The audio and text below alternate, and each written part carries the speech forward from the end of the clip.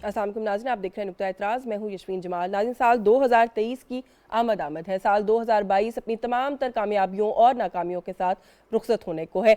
किसी भी साल की तरह साल 2022 की बात करें जहाँ बहुत से लोगों के लिए बहुत सी खुशियाँ लेकर आया होगा, वहीं पर बहुत से ऐसे लोग भी हैं जिनके लिए ये साल शायद बहुत अच्छा ना रहा हो। ज़िंदगी इन जनरल अगर बात करें तो इन्हीं नशेब व फराज का नाम है। पाकिस्तान के हवाले से अगर हम बात करें, कुछ एनालाइज, क्योंकि आज हम इस प्रोग्राम में चाहेंगे कि पूरे साल में क्या कुछ हुआ उसका एक एनालिसिस, एक थोड़ा सा तज्जिया किया जाए। तो साल 2022 पाकिस्तान के लिए अगर बात किया जाए तो बहुत ही आई वुड से कि एक टर्बुलेंट साल रहा। अगर पाकिस्तान में सियासी एतबार से बात किया जाए, एक हमने देखा कि तब्दीली आई यहाँ पर इक़्तिदार के अंदर। माशी एतबार से बात करें, एज वी स्पीक हम इस वक्त भी कुछ मुश्किल वक्त है जिसका हमें सामना है। माशी एतबार से तो पाकिस्तान के लिए इकनॉमिकली भी ये साल जो है वो खासा टर्बुलेंट रहा, खासा परेशानी का बायस जो है बहुत सारे मामलात रहे। अगर हम माशी एतबार से बात करें, ओवरऑल अगर बात करें, सैलाब बहुत बड़ा जिसका पाकिस्तान को सामना करना पड़ा, और बहुत से ऐसे और भी वाक़यात हुए जिनकी तफसीलात से बहुत अच्छे से जो है वो आगाह होंगे। इंटरनेशनली भी अगर बात करें तो साल 2022 में ऐसी बहुत सारी चीज़ें हुई जिन्होंने दुनिया भर को अपनी तरफ मुतवज्जे रखा। दुनिया भर के लिए वो मैटर ऑफ कंसर्न रही, जिसमें अगर हम रूस और यूक्रेन तनाज़ा की बात करें, इजाब में जो है वो ईरान में के हवाले से जो एक मामला रहा, जो एहतजाज का सिलसिला रहा। फिर श्रीलंका की बात करें, वहाँ पर सियासी बहरान, माशी बहरान। बरतानिया में बात करें, वहाँ पर भी खासा हंगामा खेजी रही। और फिर मलका बरतानिया वाला मामला भी हमने देखा कि वो दुनिया से रुखसत फरमा गई। तो वो भी एक बहुत बड़ा इवेंट है जो 2022 का देखा जाए तो कंसिडर किया जाता है। तो कोशिश करेंगे आज के प्रोग्राम में थोड़ा सा एक तो राउंड अप करें, जैसे मैंने कहा, एक एनालिसिस करने की कि पूरा जो पिछला साल था वो कैसा गुजरा, और फिर आने वाले साल की डेफिनेटली भी हम बात करेंगे, क्योंकि जो आने वाला साल होता है वो भी बहुत ज़्यादा बहुत से लोगों के लिए इंपॉर्टेंट होता है। दुनिया भर में हम देखते हैं कि बहुत जोशो खरोश से जो भी नया साल होता है उसको अपने अपने मखसूस अंदाज में लोग दुनिया भर में खुश आमदीद कहते हैं। लेकिन पाकिस्तान के हवाले से अगेन अगर बात करें तो बहुत सारे चैलेंजेस हैं। सबसे पहले मैं समझती हूँ जो सियासी एक इस वक्त सूरत हाल है पाकिस्तान के अंदर, उसको अगर सामने रख के बात की जाए तो पाकिस्तान के अंदर सियासतदानों को इस मुल्क के अंदर मैं समझती हूँ कि इस्तेहकाम जमहूरियत का साल डिक्लेयर करना चाहिए 2023 को। माशी एतबार से भी बहुत सारी फायर फाइटिंग है जो कि करनी पड़ेगी पाकिस्तान में, जो इस वक्त जो भी लोग अरबाब इख्तियार में इस वक्त मौजूद हैं उनको। और फिर अगर माशी एतबार से आगे बढ़ के और भी कुछ इशूज़ हैं उनके ऊपर बात की जाए तो बहुत सारा काम है जो होना बाकी है। 2022 जाते जाते एक बहुत ही अनफॉर्चुनेट कंसर्न हमारे लिए छोड़ के जा रहा है, और वो है दहशतगर्दी का फिर से एक मरतबा सर उठाना। लॉ एंड ऑर्डर की सूरत हाल एक चैलेंज बनाकर जा रहा है, तो उसको किस तरीके से डील करना है या हैंडल करना है, ये भी एक सवाल है जो कोशिश करेंगे कि आज के प्रोग्राम में इसे उठाएं। हमारे साथ प्रोग्राम में मौजूद है सीनियर सहाफ़ी हैं, तज्जियाकार है सजाद मीर साहब ने हमें ज्वाइन किया। बहुत शुक्रिया सर आपका, आपके वक्त के लिए। पीजे मीर साहब हमारे साथ मौजूद हैं, येट अनदर सीनियर जर्नलिस्ट। बहुत शुक्रिया सर आपका, आपके वक्त के लिए। और रज़ा रूमी साहब सीनियर जर्नलिस्ट है, तज्जियाकार हैं, उन्होंने भी हमें ज्वाइन किया। बहुत शुक्रिया रज़ा आपका भी, आपके वक्त के लिए। मैं सजाद मीर साहब सर आपसे गुफ्तगू का आगाज़ कर लूँ। अगर एक जैसे मैं बार बार कह रही हूँ कि राउंड अप लेना चाहती हूँ, ओवरऑल अगर मैं आपसे कहूँ कि साल 2022 पाकिस्तान में अगर सियासी एतबार से शुरू कर लें कैसा रहा, तो क्या कहेंगे? ये एक बहुत ही दुख भरा साल था, यही कह सकता हूँ मैं। और इतना इंतशार, इतनी कन्फ्यूजन फैली इस मुल्क में कि समझ नहीं आता था। रोज़ एक नया मसला लेके खड़ा हो जाते थे, कभी पंजाब असम्बली का, कभी असम्बलियाँ टूट रही हैं, कभी ये हो रहा है, कभी वो हो रहा है। कि समझते थे कि शायद हम आगे बढ़ रहे हैं, कोई नया मसला पैदा होगा, नई सूरत हाल पैदा होगी। लेकिन सूरत हाल एक ही थी, और वो सूरत हाल ये थी कि पाकिस्तान की सियासत गैर मुस्तहकम रही। पहले एक हुकूमत हटाई गई, नो कॉन्फिडेंस का मोशन आई, उसके बाद नई हुकूमत कायम हुई। वो हुकूमत कभी भी अपने पाँव पे खड़ी नहीं हो पाई। कभी भी ये नहीं मैं कहता कि उसको चलने नहीं दिया गया, उसके पूरे चांसेस थे। लेकिन जिस दिन वो हुकूमत कायम हुई थी, अपोजिशन बड़ी मजबूती के साथ मैदान में आ गई थी। पीटीआई ने जो रवैया इख्तियार किया, वो रवैया ऐसा था कि हम जमहूरियत को नहीं चलने देंगे, हम पार्लियामेंट में नहीं बैठेंगे, हम सड़कों पर रहेंगे। लेकिन यकीनी तौर पर उसका दबाव पड़ा, और उसका दबाव इतना पड़ा कि मामला आगे बढ़ते दिखाई नहीं देते। एक मसला बीच में और अटका हुआ था जो इसी साल हुआ और बहुत इंपॉर्टेंट था, वो नए आर्मी चीफ का तकर्रर था। दुनिया के महज़्ज़ब मुल्कों में ये कोई खबर नहीं हुआ करती। हमारे यहाँ भी चंद साल पहले ये कोई खबर नहीं हुआ करती थी, लेकिन इस वक्त इस खबर ने इतनी अहमियत इख्तियार कर ली कि जिसकी इंतहा नहीं। पुराने आर्मी चीफ गए तो उनके खिलाफ एक अम्बाल लग गया उन इल्ज़ामात का, और वो इल्ज़ामात उनके खिलाफ नहीं है, वो इल्ज़ामात अदारे के खिलाफ है। दरअसल ये कहा जा रहा था कि हमारी फ़ौज, हमारी इस्टेब्लिशमेंट जो है हमारी सियासत में हिस्सा लेती है। उसने किस तरह नवाज शरीफ को निकाला पहले, उसके बाद किस तरह नई शख्स को प्रोजेक्ट किया इमरान को, फिर उसको इक़्तिदार दिलाया, फिर उसको सहारा बने, और उसको लेके चलते रहे, बकौल किसी के पैम्पर बदलते रहे, और जब कोई नताज ना निकले तो उनको ख़त्म करने के बाद ये कोशिश नहीं की कि वो ताकत ना पकड़ पाए। वो ताकत पकड़ता गया, आप सुनते रहे, आप मीर जाफ़र के ताने सुनते रहे, मीर सादक के ताने सुनते रहे, सारी बातें सुनते रहे, मुल्क के हालात के बारे में जो गुफ्तगू होती रही वो चलती रही। नतीजा क्या निकला? अब वो अपने पॉपुलैरिटी के ज़ोर पर ये चाहता है कि इंसाफ को यहीं रोक दिया जाए। इंसाफ वही है जो उसको मिले, दुश्मनों को ना मिले, मुखालफों को ना मिले। ये एक ऐसी सूरत हाल थी जो बहुत अजीब व गरीब थी। जो लोग हुकूमत में थे उन पर इल्ज़ाम लगा कि वो अपने मुकदमात ख़त्म कर रहे हैं, वो उनके खिलाफ जितने केसेस थे उनको ख़त्म करने आए थे। खैर उनके कुछ दावे भी थे, मुल्क की मईशत ठीक करेंगे। मईशत बहुत ख़राब हो चुकी है। सिर्फ मुल्क की मईशत ख़राब नहीं हुई है, दुनिया की मईशत ख़राब हो चुकी है। यूक्रेन की जंग, उससे पहले के कुछ असरात, कुछ मईशत संभलने लगी थी कोरोना के बाद, वो फिर गड़बड़ हो। हर चीज़ महंगी है, ऑयल महंगा है, तेल महंगा हो गया है, और हर चीज़ महंगी है, हमें बाहर से मंगवानी पड़ेगी। इल्ज़ाम लगाते हैं मईशत पर तफसील से आपसे कमेंट लेती हूँ, इजाजत दीजिएगा मैं पीजे मीर साहब को गुफ्तगू में शामिल कर लूँ। सर, ओपन इसी से करूँगी डिस्कशन के ये मुल्क सियासी एतबार से 2022 में आप किस तरीके से देखते हैं? जैसे मैंने आगाज में कहा, आप इत्तेफाक करेंगे कि बहुत टर्बुलेंट रहा ये साल पाकिस्तान के लिए सियासी एतबार से? जी बिल्कुल टर्बुलेंट रहा है, और जो सजाद मीर साहब ने बात की है, बिल्कुल राइट टू द, वो कहते हैं ना, डॉट, उन्होंने बात की है। बात ये है कि पाकिस्तान में आपको पता है कि जब से इंसेप्शन हुआ है, ये हम बनाया है पाकिस्तान, हमें पार स्ट्रगल में ही हम लगे रहे हैं। 50s की असेंबली देखें, आज की देख लें, इसमें कोई डिफरेंस नहीं है। और फिर बीच में जब बहुत ही खराब होती है चीज, फिर फौज आ जाती है बीच के अंदर, फिर हम कहते हैं देखो, पहले हम वेलकम करते हैं, फिर हम उनको गालियां निकालते हैं। और ये हमारा एक डायलेमा है। द क्वेश्चन इज कि हम मिल के बैठ के बात नहीं कर सकते, और यही वजह है कि 2022 के अंदर ये जो क्राइसिस आया है, ये आया है मोनोलॉग से, डायलॉग से नहीं।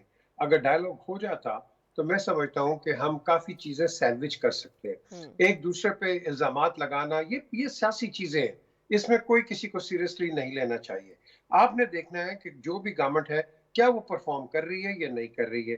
अब एक कहते हैं कि हम करना चाहते हैं, दूसरा कहते हैं आप नहीं करेंगे, हम आके करेंगे। और मैं समझता हूँ ये जो आपकी डायकोटमी है, इसके अंदर पाकिस्तान को नुकसान होता है, पॉलिटिकल पार्टीज को नहीं होता है, और वो आपको नजर आ जाता है इलेक्शंस के अंदर। अब यहाँ हमने क्या करना है? अपनी गलतियों से सीखना है। हमने क्या करना है? हमने एक दूसरे पे सब्र दिखाना है, और ये जो मैं समझता हूँ कि जो गलत जबान हम इस्तेमाल करते हैं एक दूसरे के साथ, ये खत्म करें, खुदा के लिए खत्म करें कि वो उसने ये कर दिया। कभी हम किसी की माँ, किसी की बेटी, किसी के भाई, किसी के बहन की हम बातें शुरू कर देते हैं, कभी को वीडियो ऑडियो निकल आती है। ये क्या मजाक है? ये बहुत गंदा है, इसके अंदर हमें नहीं जाना चाहिए। और उसके अंदर आप क्या करते हैं, हम पूरे अपने जो डायस्पोरा है, पॉलिटिकल इलेक्ट्रेट है, इसको हम क्या करते हैं, फ्रैक्चर कर देते हैं। लोग चैन से नहीं बैठते एक दूसरे से, वो जो कंस्ट्रक्टिव बातें करें, अच्छी बातें करें, वो एक दूसरे पर लगे हुए नीचे mini mini PDM, mini PTI. अब ये बात ये है कि क्या ये हम इसी तरीके से अपने मुल्क को चलाते रहेंगे? तो ये हमने सीखना ज्यादा है, गलतियां बहुत हमने कभी सीखा है माजी में अपनी गलतियों से? ये बात तो जाहिर है, आइडियली यही होना चाहिए, गलती से सीखना चाहिए। लेकिन पाकिस्तान का जो भी एक सियासी उसको सामने रखे बैकग्राउंड को, तो कभी सीखा हमारे मुल्क में लोगों ने अपनी गलतियों से? नहीं सीखा ना, क्योंकि हम सब पास स्ट्रगल में हैं, हम पास स्ट्रगल के अंदर हैं। ये जो पहले हम ट्राइबल्स की बात करते हैं, वो ट्राइबल मोमबत्ती और लालटेन के नीचे बात करते थे, आज हम बिजली के नीचे हुई कर रहे हैं, एसी के अंदर बैठ के बात कर रहे हैं। हमने रवैया माइंड से चेंज नहीं किया अपना, हम लोग वही हैं। सिर्फ फर्क इतना है कि शलवार कमीज और धोती से निकल के पैंट कमीज पहन के हम आज बात करते, कोई फर्क नहीं है। क्योंकि अगर फर्क होता और कायदे आजम जैसे लोग होते तो हमने बहुत आगे जाना है। बात हम कायदे आजम की कर देते हैं, उनकी पैदाइश पे और उनकी वफात पे, उसके बाद कायदे आजम का और हम कहाँ। तो हमने देखना है कि भाई खुदा के लिए बहुत हो गया है, गरीब आवाम इसके लिए तो कोई सोच नहीं रहा है। हम सब पास स्ट्रगल में लगे हुए हैं। बिल्कुल ठीक है। अच्छा, इस पर आते हैं अगेन, लाइक आई सेड, मैं इकोनॉमी पे भी तफसील से आप लोगों से कमेंट लेती हूँ। रजा हमारे साथ मौजूद है। रजा, एक तो how do you look at 2022 और 2022 में कुछ अच्छा भी हुआ है, कुछ थोड़ी सी पॉजिटिविटी भी, अगर हम उस पर भी बात कर लें। जी शुक्रिया यशवीन। देखिए मसला ये है कि बिल्कुल हम भी चाहते हैं कि अच्छी खबरें और पॉजिटिव चीज़ों पर ध्यान दिया जाए, लेकिन बदकिस्मती ये है कि ये साल जो है ये इस कदर एक जो है टर्बुलेंट ऐसा ही। साल गुजरा है कि अब क्या ही ढूंढा जाए। पहली तो बात यह है कि जो पहले कहा गया कि पूरे साल सियासी अदम इस्तेकाम की सूरत हाल रही है, और वो अभी साल खत्म हो रहा है, अभी भी दोबारा से आपको पता है एक नया शोशा आ चुका है कि जी अब निगरान हुकूमतें शायद बन जाए, लंबी जो टर्म की निगरान हुकूमतें आ रही हैं, और पूरी ये अफवाह साजी फैली हुई है। यानी कि पहले मुल्क में इमरान खान की हुकूमत थी, साल में पहले 3 महीने वो उस पर अदम एतमाद आ गई, वो जा रहे हैं नहीं जा रहे, कौन सपोर्ट कर रहा है, छोटी पार्टियां कर रही हैं, बहरहाल वो हो गया। खान साहब ने जो है आखिरी मिनट तक कोशिश की कि वो किसी तरह इक़्तिदार में बैठे रहें, असम्बलियां तोड़ दी, आइन की परवाह नहीं की, बहरहाल नई हुकूमत आ गई। नई हुकूमत आई और नई हुकूमत से भी मामला जो है वो संभले नहीं हैं अनफॉर्चुनेटली। और जो इस वक्त मुल्क में मईशत का हाल है, जबू हाली है, पाकिस्तान जो है दिवालियापन के दहाने पे खड़ा है। और इस वक्त पाकिस्तान का आम इंसान, आम खानदान 30 से 40% महंगाई की जद में है। अगर आपको देखिए, मैं उस दिन मोटरवे पे सफर कर रहा था और 160 और नान जो है 50-60 रुपए का नान मिलता है आम इस्लामाबाद में या दीगर जगहों पे। तो आप मुझे बताइए इन हालात में हम क्या अच्छी खबरें ढूंढें? हमें तो अल्टीमेटली ये देखना ना कि आम आदमी जो है, आम पाकिस्तानी खानदान, उसके ऊपर क्या गुजरी है। ये जो मसले है ना, इमरान खान का जाना, शहबाज शरीफ का आना, जनरल बाजवा का जाना, नए जनरल का आना, ये एलीट की सियासत है। ये गुलाम गर्दिशें जो हैं मालिक इक़्तिदार की, ये होती आई हैं। असल बात है कि अवाम के ऊपर क्या गुजर रही है और क्या बीत रही है, उसका भी जिक्र जरूरी है। और मेरे ख्याल से कि बहुत ज्यादा मुश्किल हालात में है लोग। अच्छी खबर आपने कहा तो मेरे ख्याल से बुरी खबर तो ये थी कि हमने बदतरीन सैलाब देखे इस साल, बिल्कुल। और हमने वो बदतरीन सैलाब देखी और बदतरीन इंतजामात देखे कि हमने जो माहौलियाती तब्दीली हो रही है उसके लिए कोई तैयारी नहीं तैयारी की नहीं थी। की हुई थी, बिल्कुल। हमने गाँव के ऊपर होटल बनाए हुए थे, हमने मिस मैनेजमेंट और प्लानिंग इस तरह से की थी कि आम आदमी की थी, किसी को परवाह ही नहीं थी। 33 मिलियन लोग बेघर थे और खान साहब जलसे पे जलसा किए जा रहे थे कि अपनी मर्जी का वो इलेक्शन करवा सके, अपनी मर्जी का आर्मी चीफ लगवा सके। आप सोचे ना, प्रायोरिटीज देखिए, क्या खान साहब को और दीगर सियासतदान इंक्लूडिंग पीडीएम की जो पार्टीज है, मैं उनको भी उसमें शामिल करूंगा, क्या ये उनका फर्ज नहीं था कि वो सब कुछ सियासत छोड़कर, अपनी लड़ाइयां छोड़कर, वो जो लोग अभी भी बेघर हैं, अभी भी सिंध में और बलूचिस्तान में ऐसे घराने हैं जो कि बेचारे उनकी जिंदगियां तबाह हो गई हैं, माल मवेशी तबाह हो गया है, ऐसा ही है। और उसको तवज्जो नहीं दी। लेकिन जो अच्छा काम हुआ वो मिनिस्टर शरी रहमान साहिबा ने, जो पाकिस्तान का आलमी सतह के ऊपर मुकदमा लड़ा और क्लाइमेट जस्टिस के हवाले से एक नया लॉस एंड डैमेज फंड जो है तीसरी दुनिया की उन ममालिक के लिए जो माहौलियाती तब्दीली के असर में है, वो उसका आगाज इजरा हो गया। और उससे यकीनन एक नए बाब का आगाज हुआ है कि जहां पर वो पाकिस्तान जैसे गरीब ममालिक जो कि मगरिब की वजह से माहौलियाती तब्दीली का ये निशाना एक बने हुए पॉजिटिव हैं, चीज जो है वो आपने, तो बिल्कुल आप सही कह रहे हैं, बहुत अच्छा उन्होंने काम किया, बहुत मोटिवेशन के साथ। अच्छा, क्योंकि हम आज के प्रोग्राम में पूरा एक राउंड अप लेने की कोशिश कर रहे हैं, ओवरऑल कोशिश करेंगे जितने मैक्सिमम एरियाज हम कवर कर सके, तो पाकिस्तान की एंटरटेनमेंट इंडस्ट्री के लिए अगर हम बात करें तो ये साल बहुत अच्छा रहा। जॉयलैंड की बात करें, बहुत it made it's mark internationally also. Maula Jatt की बात करें, उसने तो बहुत ही ज़्यादा कमाल कर दिया है पाकिस्तान की फिल्म इंडस्ट्री को, वहाँ तक रजिस्टर करा दिया इंटरनेशनली, जो शायद हमारी सोच में भी नहीं था। बहुत सारे ब्लॉकबस्टर ड्रामाज हमने देखा कि मुख्तलिफ चैनल्स पर एयर हुए, जिन्होंने बहुत मकबूलियत हासिल की पाकिस्तान में भी, पाकिस्तान से बॉर्डर से उस पार भी। मारिया वास्ती साहिबा सीनियर आर्टिस्ट हैं और बहुत बड़ा नाम हमारे साथ इस वक्त मौजूद है प्रोग्राम में। बहुत शुक्रिया मारिया आपका, आपके वक्त के लिए। और जैसे मैंने अभी कहा आपको इंट्रोड्यूस करने से पहले भी कि we are trying to just take a round up कि 2022 जो है वो किस तरह का साल रहा, तो इंटरटेनमेंट इंडस्ट्री के लिए कैसा साल रहा। 2023 में इंटरटेनमेंट इंडस्ट्रीज को अपने लिए क्या स्टैंडर्ड सेट करने चाहिए, क्या टारगेट सेट करने चाहिए आपके ख्याल में? Thank you for having me in your show. And अगर आप मुझसे ये पूछें कि एक फिल्म का बहुत अच्छा बिजनेस करना, which is very very good and it puts you on the international platform, बड़ी अच्छी बात है। लेकिन बेसिकली अगर आप देखें ना, जैसे ड्रामा इंडस्ट्री है, it is flourishing and it is flourishing in a great way. जहां हम आप बात करते हैं ओवरऑल पाकिस्तान की, जब आप बात करेंगे तो फिर हर चीज एक दूसरे पे असर करती है, economy and everything in the system. तो मैं उसको जरा थोड़ी डिफरेंट तरीके से देखती हूँ, आर्ट एंड कल्चर, इन चीजों को, क्योंकि किसी एक Maula Jatt great. And Joyland I and उसके ऊपर तनकीद भी हुई, उसको सेंसर भी करने की कोशिश की गई. Even then it went or whatever. Industry के लिए एज एन इंडस्ट्री उसको फ्लरिश कराने के लिए कुछ नहीं हो रहा है, और लोग वादे करते हैं और कुछ नहीं करते हैं. नाउ इट हैज बिकम, पहले एक वक्त में आपने देखा कि ठीक, I mean we had a film industry, now we don't have it. सारे सिनेमाज आपने तोड़ के प्लाजे बना दिए एंड शॉपिंग सेंटर्स. तो बेसिकली इसको as a business, as an industry consider ही नहीं किया जाता. तो खुद कोई बंदा, मैं कोई और जाके कोई काम करके किसी प्लेटफॉर्म पे आ जाए तो आप उसको ओन करने की कोशिश करते हैं, चाहे वो कोई सिंगर हो, चाहे वो कुछ भी हो. But overall in Pakistan it is not taken as an industry, it is not taken seriously like any other field. I mean ये तो बिल्कुल ही पीछे रह जाता है ना, when you don't have education, when you don't have floods में लोग मर रहे हैं, जब रोटी नहीं मिल रही है, and whatever is happening is in front of you. तो ये जो चीज है ये तो बिल्कुल ही पीछे चली जाती है. So if you want it to turn into money making industry, तो आपको उसको कुछ ना कुछ सपोर्ट देनी पड़ेगी ना.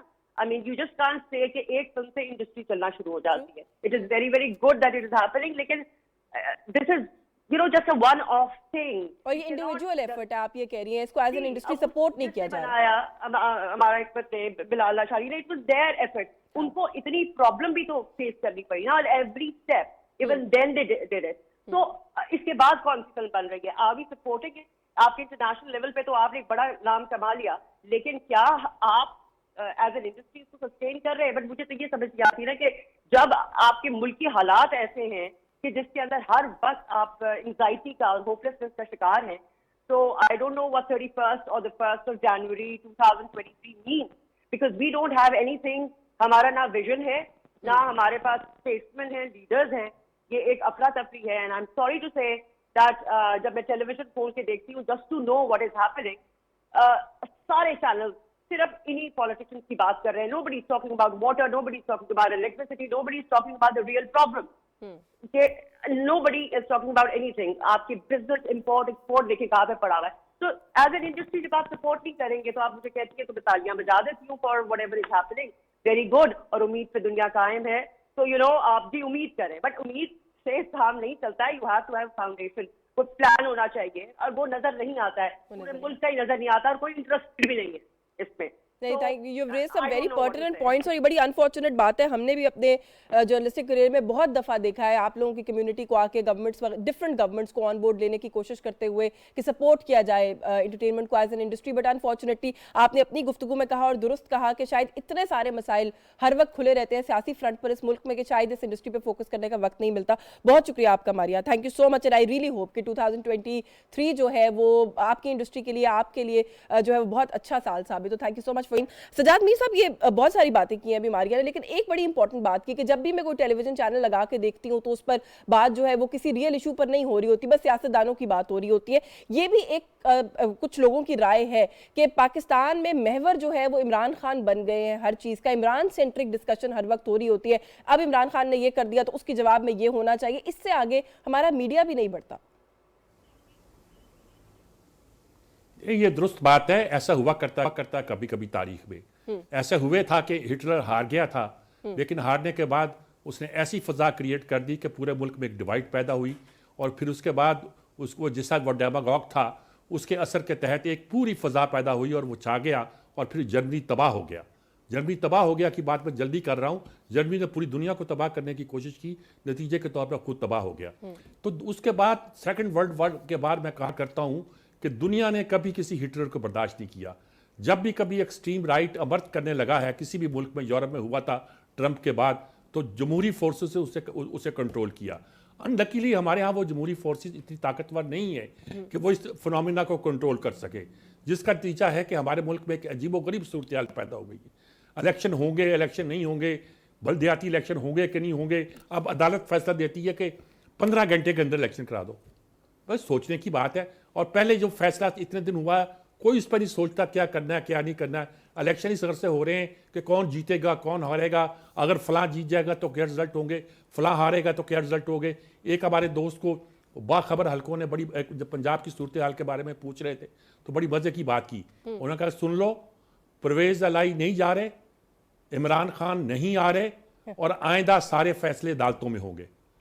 अदालतों का इस्तेमाल जो होने वाला है, हाँ। इस्तेमाल मैं कह रहा हूं जी। कि अब एस्टेब्लिशमेंट बराह रास्त नहीं आएगी। अदालतों के जरिए जो फैसले होने वाला है वो इस मुल्क में ये बात साबित करता है कि हमारी जमहूरियत चल नहीं रही, हमारी जमहूरियत जो ना आगे बढ़ नहीं रही, हमारी पार्लियामेंट जो है वो मफलूज होकर रह गई है। हमारे यहाँ कोई फैसले अवामी सतह पर तो किए ठीक, बिल्कुल रोया हमारे दोस्त ने कि महंगाई से लोग कुचले जा रहे हैं, यानी चीखें निकल रही हैं लोगों की, और हम ये कहते हैं कि हमें अपने मुल्क को डिफॉल्ट होने से बचाना है, हमें अपने मुल्क को IMF के पूरे उस निज़ाम के अंदर रहना है कि उसी में हमारी बचत है, वरना इतनी खराबी है कि जिसकी कोई अंत नहीं है। हमारे पास LC खोलने के लिए डॉलर नहीं है, हमारे पास दवाइयाँ खरीदने के लिए, हमारे यहाँ अनाज खरीदने के लिए, हमारे यहाँ वो ज़रूरी चीज़ें पेट्रोल खरीदने के लिए, ताकि हम एनर्जी की ज़रूरतें पूरी कर सकें, पैसे नहीं है। सूरत को मामूली सूरत तौर है, ये तो डिफॉल्ट से भी ज़्यादा खतरनाक सूरत हाल है। नतीजे के तौर पर रोज़ हर चीज़ महंगी होती है। शहबाज शरीफ ने 2 रुपए की रोटी की थी, उस वक्त मार्केट में गालबन 3 या 4 रुपए की बिकती थी, तो उस पर बड़ा तमाशा लगा था। आज रोटी 20 रुपए कहते बिकती है। ऐसे ही है। सोचने की बात है 2, 4, 5 साल में क्या क़यामत आ गई कि इस मुल्क की सारी मईशत तबाह हो गई, क्या सूरत पैदा हो गई। उन लोगों को सोचना चाहिए जिन्होंने सन 16 के बाद पनामा लीक्स का नाम लेकर एक क्राइसिस पैदा किया, किसी और को बिल्ड किया, इमरान खान को पावर में लाए, उसको पावर में लाकर उसकी पैम्पर्स बदलते रहे और बकौल किसी के परवेज लाई के, और उसके बाद जब सूरत ज़्यादा खराब हुई उसकी छुट्टी हुई तो उसको काबू नहीं कर सके सिचुएशन। अच्छा, ये जो सियासी भाई ये भी तो छुट्टी को भी काबू नहीं कर प्लान सके, का आप हिस्सा कह रहे होना हैं जो चाहिए। सियासी टर्मोइल है जिसका एक बैकग्राउंड आपने सेट किया है। पीजे मीर साहब, सर इस बैकग्राउंड में अगर आप समझते हैं कि कुछ इजाफा करना चाहते हैं, ऐड करना चाहते हैं, जरूर कीजिएगा, लेकिन बैकग्राउंड ये है हमारे सामने जो कुछ सजाद मीर साहब के अकॉर्डिंग आज हो रहा है। 2023 में हम कोई बेहतरी की तवक्को करें? ये जो एक डेडलॉक दिखाई देता है, सर ने भी अभी कहा कि पार्लियामेंट मफलूज दिखाई देती है, डेमोक्रेसी आगे बढ़ती हुई दिखाई नहीं देती है, उसका स्पिरिट एक्सरसाइज होता हुआ दिखाई नहीं देता, या ये ऐसे ही रहेगा, आप समझते हैं? देखिए, डेमोक्रेसी का मतलब समझने की बहुत जरूरत है पाकिस्तान के अंदर। हम नारे बड़े लगाते हैं डेमोक्रेसी के, डेमोक्रेसी नहीं है, क्योंकि डेमोक्रेसी लोगों के अंदर से आती है। हम एक्सपेक्ट करते हैं या मिलिट्री दे देगी या आपकी पॉलिटिकल फोर्सेस दे देंगी, नहीं। डेमोक्रेसी हमारे अंदर खुद आनी चाहिए। क्या आप जब मोटर बाइक चलाते हैं ये रोड्स पे, क्या ये डेमोक्रेसी है कि एक दूसरे के मौत के कुएं में अंदर ये जिस तरह गाड़ियां चलाते हैं, रिक्शा चलाते हैं, चिंगीज चलाते हैं, एंड दीज अदर SUVs, ये क्या डेमोक्रेसी है?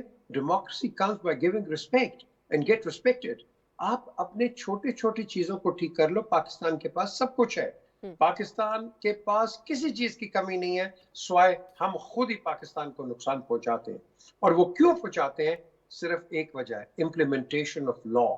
अच्छा, लॉ जहां इम्प्लीमेंट होता है वो देखो जी उसने अपने फेवर के लिए करा दिया, यहाँ होता है इधर नहीं होता, वो कहता है जी इसका नहीं हुआ। सो ये जो हमारा एक मेंटल टर्मोइल है, इसको आपने साइड पे रखना है। जहां आप लॉ एनफोर्समेंट एजेंसीज को खुला हाथ देंगे, इंटरफेरेंस नहीं होगी। ये जो आप कहते हैं महंगाई, मार्केट कंट्रोल क्यों नहीं है भाई? कंज्यूमर प्रोटेक्शन क्यों नहीं है? आप सिर्फ वो रमजान आता है, रमजान बाजार लगा के, what about the other 11 months? So we've got to continue on the same path. एक रेगुलेटरी आप एक सिस्टम करें, ताकि ये नहीं कि एडोकिज्म पे हम चलते हैं। हम चलते हैं एडोकिज्म पे, क्वेश्चन क्यों? कि मेरा वोट बैंक खराब ना हो, ये हर गवर्नमेंट करती है। सो इस एडोकिज्म से बाहर निकले and do something way beyond your vote bank. Vote bank is not important, it is your own workings, that is important. और वो अनफॉर्चुनेटली हम करते नहीं है। मैं आपको छोटे छोटे मिसालें देता हूँ। पुलिस यहाँ पाकिस्तान में रो रो के ये जो हमारे प्रोविंशियल MPs इनको कहते हैं जी लॉस पास करें कि फाइन बढ़ाएं, 250 रुपया 500 रुपया करके, वो तो एक आम आदमी दे देगा और फिर वो दोबारा उसका वो ऑफेंडर बन जाएगा। फाइन्स बढ़ाएं ताकि लोगों को समझ आए कि वाकई हम कुछ कर रहे हैं। आप बर्तानिया में देखें 60 पाउंड और 4 पॉइंट्स, ये 2 दफा लगते हैं, 12 पॉइंट्स पे आपका लाइसेंस चला जाता है। फिर आप क्या करेंगे? ये पाकिस्तान में हमें सख्त होना है। ये वो है ना, वो मिट्टी पाओ और ये वो, forget it. Law is the law and that's the way you go forward. हम लिहाज भी कर देते हैं, एक दूसरे का ख्याल भी कर देते हैं, फिर हम कहते हैं देखो जी काम नहीं हो रहा। देखो, हमने अपने आप को ठीक करना है यशवर। हमने जब आप अपने आप को ठीक नहीं करोगे, हम दूसरे पे क्या नुकात उठाते रहेंगे? हम यही करते रहेंगे, वो खराब है मैं अच्छा हूं, मैं अच्छा तुम खराब हो। लेकिन ये चलो जो हो गया, हमने आगे चलना है भाई। ये तो हमारी पुरानी पिक्चर है, कल का दिन नया दिन है, कल हमने क्या करना है, नहीं, कल एक लेकिन फिर वही रेजोल्यूशन। वही बात आ जाती है ना पीजे मीर साहब, आगे हम बढ़ते हुए दिखाई दे रहे हैं, इलेक्शन जल्दी करा दें, ये भी एक जिद है, हम देख रहे हैं। अभी आपके प्रोग्राम के आगाज से पहले एक नया मुतालबा पीटीआई का सामने आया कि सारे इलेक्शन कमीशन की छुट्टी कर दें, इन्हें फारिग कर दें, वरना हम अब इसको नहीं मानते। वो तो खैर पहले भी बहुत कुछ कह चुके। फिर अगर अर्ली इलेक्शन हो भी जाता है, मैं अज्यूम कर लेती हूँ, तो आप समझते हैं खान साहब मान जाएंगे उस अर्ली इलेक्शन के नतीजे को? तो ये डेडलॉक जो है, इससे कैसे आगे बढ़े? मैं आपको बता देता हूं, आज नोट कर लें अपने क्लिप्स के अंदर जो मैं कहने वाला हूं। इलेक्शंस हों जब भी हों, इसको कोई नहीं मानेगा, देख लेना। और ये फिर वही गन शुरू हो जाएगा कि देखो उसने ये कर दिया, उसने ये कर दिया। ये नहीं मानने वाले। अपार्ट फ्रॉम द 1970 इलेक्शंस, मुझे बता दो, हर टेंटेड पेंटेड है, अब उस पर भी टेंट शेंट कर रही है। द क्वेश्चन इज, क्या ये बैठेंगे? सबसे पहले तो बैठ जाए ना कहीं बैठ, ये ऊंट बैठेगा कहीं ना कहीं for the sake of the country. और इन्होंने दोनों ने सबको मिलकर कहना है कि जो जीतेगा आप उसको एक्सेप्ट करो, क्योंकि नहीं एक्सेप्ट करोगे, यही यशवीन, ये जो हम डिबेट कर रहे हैं ना, इसी डिबेट को हम आगे लेके चलेंगे। यही डिबेट चलती रहेगी, बिल्कुल ऐसा ही, अनफॉर्चुनेटली ऐसा ही लगता है। रजा, 2023 में भी मैं और आप 2-4 महीने के बाद फिर यही बहस कर रहे होंगे, या कोई बेहतरी की तवक्को या उम्मीद रखी जाए? क्योंकि देखिए, टेबल पर बैठे मुज़ाकरात करें, डेडलॉक खत्म करें, ये तो कुछ ऐसा होता हुआ नजर आता नहीं है। कम से कम मुझे तो नहीं आता। अगर आपको नजर आता तो जरूर मुझे भी उम्मीद दिलाइएगा। लेकिन किस तरीके से आप समझते हैं कि पॉलिटिकल डेडलॉक के साथ हम आगे बढ़ेंगे? बिल्कुल यशवीन, बड़ी उम्दा आपने बात कही है कि क्या ये इसी तरह पाकिस्तान की अशराफिया जो है, वो पाकिस्तान का जो तबाही फिरी है 2016 से आज तक और खुसूसन 2022 में, क्या ये उसको अफोर्ड कर सकते हैं? मेरे ख्याल से तो हम उस नहज पे आ गए हैं कि हम अब ये अफोर्ड नहीं कर सकते। ये पोलराइजेशन जो इस वक्त जारी है और जो ये इस वक्त मामला सूरत हाल बनी हुई है माशी तौर पे, देखिए 6 अरब डॉलर से कम रिजर्व्स हो चुके हैं, जिससे कि महज 3 हफ्तों का या 4 हफ्तों का पेट्रोल या तेल खरीदा जा सकता है। अगर खुदा न खास्ता ये माशी बहाली नहीं होती, तो आप अंदाजा कीजिएगा अगर सड़कों पर पब्लिक ट्रांसपोर्ट नहीं चलेगी और ट्रक नहीं चलेंगे और लोगों को गाड़ियां नहीं चलेंगी, कारखाने नहीं चलेंगे जिनसे कि बिजली पैदा नहीं होगी, तो क्या हाल होगा इसका? तो खुदा न खास्ता ये अंदाजा करना बहुत बहुत मुश्किल है। इसलिए अभी ये बात नहीं है कि वो क्या करेंगे, बात ये कि हमें ये खुलकर बरमला कहना चाहिए कि चाहे वो इमरान खान साहब हों या वजीर आजम शहबाज शरीफ और उनके रुफ़क़ाए कार जो पीडीएम में हैं, ये उनका कौमी फरीजा है कि वो मिल बैठकर पाकिस्तानियों की 23 जो करोड़ पाकिस्तानी हैं, उनकी भलाई और उनके मुस्तकबिल के लिए आपस में ताउन करें। अगर उनके खिलाफात हैं, उनके मसाइल हैं, हिस्ट्रीज हैं, अभी ये वक्त नहीं है उनके ऊपर सियासत करने का। ये एक बहुत संगीन सूरत हाल का सामना है पाकिस्तान को, और मैं समझता हूं कि इंशाल्लाह 2023 में ये हालात बदलेंगे। ये चीजें इस तरह नहीं चल सकती यशवीन। कैसे आप समझते हैं रजा? देखिए, प्राइम मिनिस्टर शहबाज शरीफ ने इमरान खान पर तनकीद करते हुए कहा कि इस शख्स ने हमारी ज़ात पर कौन कौन सा अटैक है जो नहीं किया, लेकिन हम मुल्क के इंटरेस्ट में फिर भी बैठने को तैयार है। वेयर इमरान खान ये कहते हैं कि इन चोरों, लुटेरों, डाकुओं के साथ नहीं बैठा जा सकता, बल्कि he went as far as to say कि ISI जो है वो आए और आके इनका एहतसाब करें, इनको निकाल के मुल्क से बाहर फेंके। वो तो रुकता ही नहीं है कहीं पर। जी देखिए, खान साहब की तो ये सियासत रही है ना, ये कोई नई बात थोड़ी है। खान साहब तो 20 साल से ये काम कर रहे हैं। वो कहते हैं हम ये सोलो फ्लाइट के आदी हैं। वो कहते हैं कि मैं ना मानूं और मेरे अलावा कोई और ना हो मैदान में।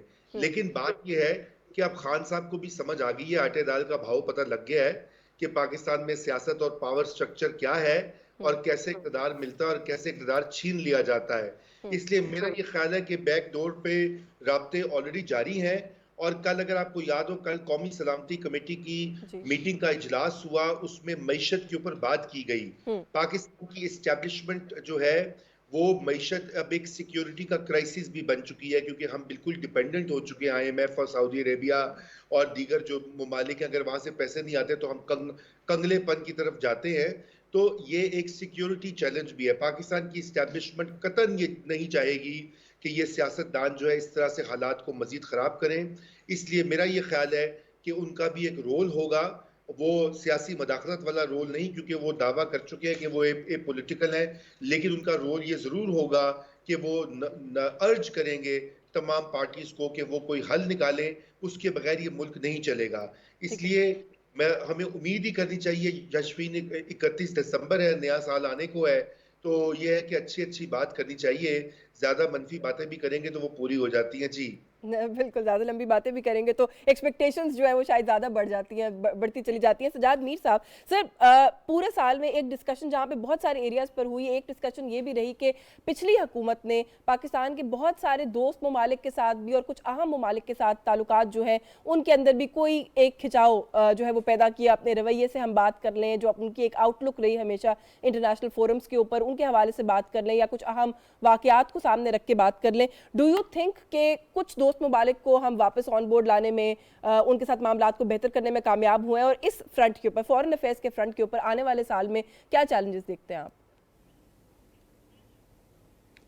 यकीनी तौर पे हम कामयाब हुए हैं। देखिए, एक ज़माना था कि हमारे एक बहुत इम्पोर्टेंट आदमी ने, जो मुल्क के सदर भी रहे हैं, अभी वो सिर्फ हमारी एक वज़ीर आज़म के शौहर थे, जब सऊदी अरब के बादशाह को मिलने गए तो पाँव पे पाँव रख के इस तरह बैठे गए कि जूते का रुख शाह की तरफ था।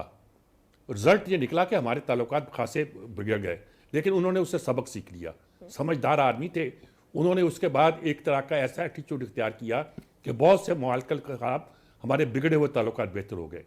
हमारे जो पुराने हुक्मरान थे, ये अभी जो थे इमरान खान, इनको आखिरी वक्त तक सेंस नहीं आई कि मुझे क्या करना है। यूए के पास जाते हैं और उन्हें इनकलाब का लेक्चर देते हैं कि इनकलाब कैसे आता है, इनकलाब कैसे आना चाहिए। 20 मिनट का वक्त होता है, 1 घंटा लगा देते हैं। वहाँ जाते हैं चीन के पास तो उनसे पूछते हैं कि कैसे कंट्रोल किया जा सकता वन पार्टी सिस्टम के। वो समझते हैं सी पैक में बात करने आया, वो ये बात कर लेते हैं। वो बादशाह एक घड़ी देता है, वो घड़ी मार्केट में बेच देते हैं। देखिए, कोई तरीका ही उनका ऐसा नहीं है। और बना लेते हैं एक नया ब्लॉग। जी, हम तुर्की और मलेशिया से मिलकर एक ब्लॉग बना रहे हैं, और ब्लॉग बना रहे हैं। साफ नजर आता था कि सऊदी अरब और दूसरे मुल्कों के खिलाफ बना रहे हैं।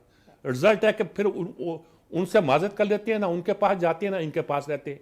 कोई एक कहानी नहीं है, 20 कहानी है जो सुनाई जा सकती हैं। सी पैक को रोल बैक करना ही इतना बड़ी हमाकत थी जिसकी इंतहा नहीं है। लेकिन ये सारी चीज़ें जो हैं, अब उसमें वसन शहबाज शरीफ के चीन से ताल्लुकात बहुत अच्छे हैं, सऊदी अरब, यूएई, दूसरे मुल्कों से ताल्लुकात अच्छे हैं, ठीक है।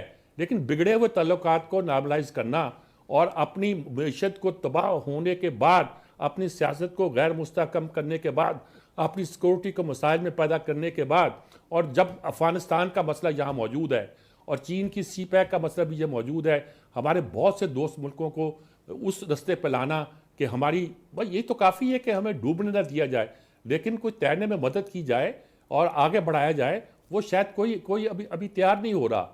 हमारी रैंकिंग खराब हो गई है। दुनिया भर में हमारे लिए रोज़ एक नई खबर आती है कि हमारी मईशत को फ़लाँ अदारे ने जो है वो मनफी कर दिया, फ़लाँ ने ये कर दिया, फ़लाँ ने वो कर दिया। कोई कर्ज देने को तैयार नहीं है, कोई सूरत हाल नहीं बनती है। IMF के साथ हमारे ताल्लुकात कुछ ठीक किए थे आके इस हुकूमत ने, लेकिन अब एक तरफ अवाम है, एक तरफ आपकी मईशत है। अवाम को बचाएं कि मईशत को बचाएं, ये वो सवाल है जो $1 मिलियन सवाल है। और मुझे कोई नज़र नहीं आता पाकिस्तान का एक मईशतदान भी जो इस सवाल का शॉर्ट टर्म इलाज ढूंढ सके। लॉन्ग टर्म में तो बहुत कुछ कर सकते और करना चाहिए, लेकिन शॉर्ट टर्म में कोई इलाज ढूंढना जो है ना आसान नहीं है, स्वाय एक इलाज के कि कौम एक हो जाए और कौम ये समझ ले कि उस पर क्या आफत पड़ी है। देखिए अफगानिस्तान के महाज पर हमारे साथ क्या हो रहा है, बिल्कुल क्या बिल्कुल, मैं उसी सूरत-ए-हाल तरफ पैदा आ हो रही रही थी। है। हम अफगानिस्तान कहते थे वाला जो हाउस मामला और फिर उसका जो एक इम्पैक्ट कहा जा रहा है, रीड किया जा रहा है कि यहाँ पर हमें फेस करना पड़ सकता है, करना पड़ रहा है। मुझे बताया गया था कि रजा शायद आप थोड़ा सा जल्दी अपने आप को एक्सक्यूज करना चाहते हैं, तो पीजे मीर साहब आपकी इजाजत से अगर एक कमेंट पहले मैं ये लॉ एंड ऑर्डर वाले मामले पर रजा रूमी साहब से ले लूँ कि रजा साहब ये जो इस वक्त एक सूरत हाल है अमन व अमान की, इस पर क्या कहेंगे? ये क्या आप समझते हैं कि खुदा न खास्ता आने वाले साल में हमारे लिए बड़ा चैलेंज बन सकता है? देखिए बिल्कुल चैलेंज बहुत बड़ा है। और जैसे अभी सजाद मीर साहब ने कहा कि किसी बड़े बड़े चुगादरी जो यहाँ पे टेक्नोक्रेट्स बैठे हुए ना पाकिस्तान में, जिनको अभी दोबारा इंटरव्यू किया जा रहा है, शेरवानियाँ सूट ड्राई क्लीन करा के तैयार बैठे हुए हैं कि जी निगरान सेटअप आ जाए और उसमें उनको कोई ओहदा शोदा मिल जाए, ये उनके बस का रोग नहीं है। ये मुल्क जो है, जब तक यहाँ के सियासतदान, इसकी सियासी पार्टियां, इसकी इस्टेब्लिशमेंट मिल के एक लाया अमल के ऊपर काम करें, एक मंसूबा बंदी के तहत कहें कि साल हमने ये इस्लाहात जो हैं उन पे अमल करना है और एक दूसरे को नहीं गिराना और एक दूसरे को नीचा नहीं दिखाना, उस वक्त तक हम इस माशी और सियासी गर्दाब से नहीं निकल सकते। और इसीलिए मैं बार बार ये कर रहा हूँ कि हमारे मीडिया का भी ये काम होना चाहिए कि याद दहानी कराए इन सियासतदानों की कि आपकी वजह से आज हम यहाँ इस नहज में पहुंच गए, खुदा के वास्ते हमारी जान बख्शी करें और मिल बैठ के पार्लियामेंट को मजबूत करके। और खुसूसन इमरान खान साहब से यही अपील होगी 2022 के आखिर में कि खुदारा अपना रवैया बदलें। जी बिल्कुल ठीक है।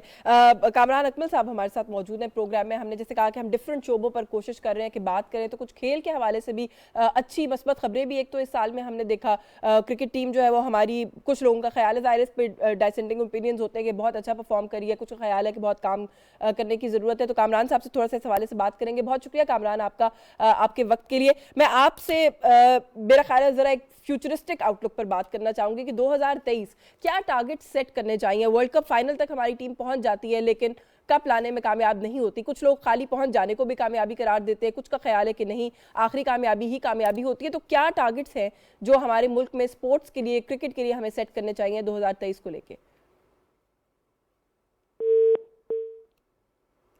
कामरान अकमल साहब आप हमारे साथ मौजूद है? मेरा ख्याल है हमारा राब्ता जो है मुनक़ता हो गया। पीजे मीर साहब सर आप हमारे साथ मौजूद है? जी पीजे मीर साहब can you hear me sir?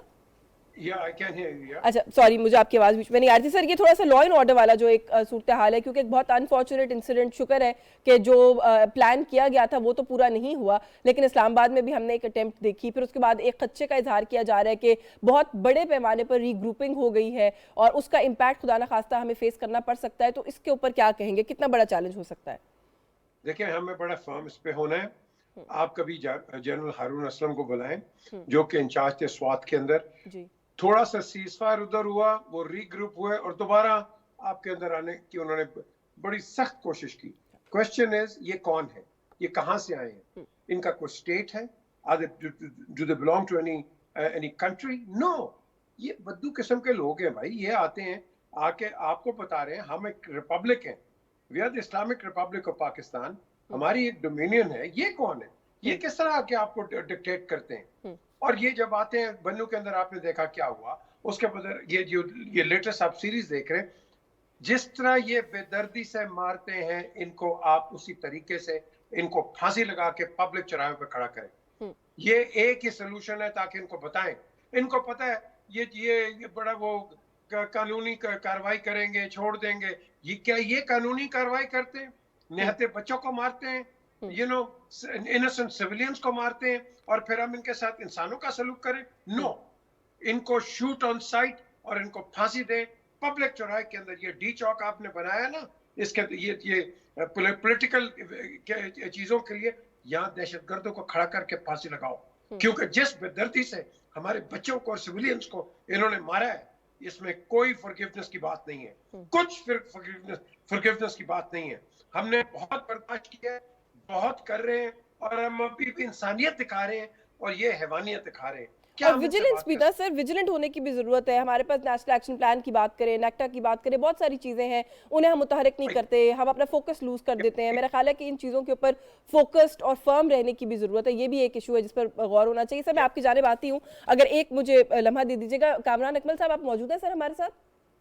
Ji ji sorry, हमारा पहले आपसे राब्ता जो है वो मुनक़ता हो गया था। मैं सर 2023 की आमद है क्रिकेट के लिए, स्पोर्ट्स के लिए, आप इस साल को किस तरीके से समझते हैं कि होना चाहिए? 2 इंटरनेशनल टीम्स पाकिस्तान आई 2022 में, वर्ल्ड कप तक पाकिस्तान की टीम गई, कुछ बहुत सारे रिकॉर्ड्स भी हमने देखा मुख्तलिफ जो है वो हमने कायम किए। तो how do you want us to go to 2023 when it comes to cricket? देखिए, अल्लाह करे पाकिस्तान 2023 में क्रिकेट में बहुत आगे जाए। 2022 में जो अचीवमेंट है पाकिस्तान की क्रिकेट में, पाकिस्तान वर्ल्ड कप का फाइनल खेला है, वो सबको पता है कि अल्लाह ने खास करम किया पाकिस्तान टीम पे।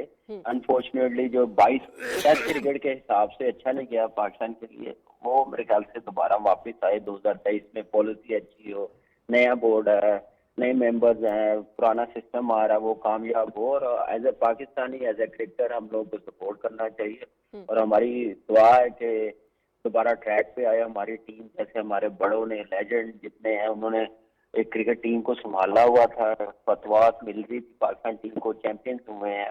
तो वो चीजें दोबारा ट्रैक पे आए, जो अनफॉर्चुनेटली पिछले 4 सालों में अच्छा नहीं है। जो सिस्टम हमारा डोमेस्टिक आया था उससे फायदा नहीं हुआ, नुकसान हुआ। पुराना सिस्टम आए, क्रिकेट अच्छी हो, सबकी ख्वाहिश है, हमारे फैंस, हमारे पाकिस्तानी देखना चाहते हैं। मौजूदा जो टीम है उसको किस तरीके से देखते हैं? आप समझते हैं कि ये जो एक्सपेक्टेशन जिनका आप इजहार कर रहे हैं उन पे पूरा उतर सकेगी? और फिर इंटरनेशनल क्रिकेट की जो पाकिस्तान में वापसी हुई है, आप समझते हैं कि we will see more of international cricket in Pakistan 2023 में? इंशाल्लाह देखें, ये क्रिकेट बड़ी बड़ी टीमें आ गई हैं, बड़ी एफर्ट है पाकिस्तान क्रिकेट बोर्ड की, सबकी जो चेयरमैन थे जिस दौर में आई है, साहब के दौर में PSL आई है, इंटरनेशनल क्रिकेट आई है, रमीज भाई के होते हुए आते साथ ही टीमें वापस गई, उनके दौर में वापस वो लेके आए कन्विंस करके। हमारी सिक्योरिटी की बड़ी मेहनत है, बड़ी स्ट्रगल हमने देखी है इंटरनेशनल क्रिकेट वापस लाने के लिए। तो पूरी उम्मीद है कि इंशाल्लाह अब कोई ऐसा कोई चीज नहीं है और पाकिस्तान में टीमें आती रहेंगी, ऑस्ट्रेलिया जैसी, साउथ अफ्रीका जैसी टीमें आई हैं, तो इंशाल्लाह इंडिया भी आएगी, खेलने आएगी। आप बेफिक्र रहिएगा, वो पाकिस्तान पीसफुल है और इंशाल्लाह ये बस कंटिन्यू चलता रहेगा इंशाल्लाह। बहुत शुक्रिया आपका कामरान अकमल साहब, आपके वक्त के लिए। हम बस एक चाह रहे थे कि आपसे क्या एक आउटलुक रखी जाए, इस हवाले से बात किया जाए। पीजे मीर साहब से अगर मैं आपसे कहूँ कि एक वाइंड अप करने के लिए एक ब्रीफ कमेंट कर दें, मैं फिर सजाद मीर साहब से भी I like to ask him for his last word के 2023 क्या एक्सपेक्टेशंस होनी चाहिए या आप क्या एक्सपेक्ट कर रहे हैं? देखिए जी, आप एक्सपेक्ट करें कि वर्स्ट टू वर्स्ट सिचुएशन आए, लेकिन आपने क्या करना है, उसका यू टर्न मारना है।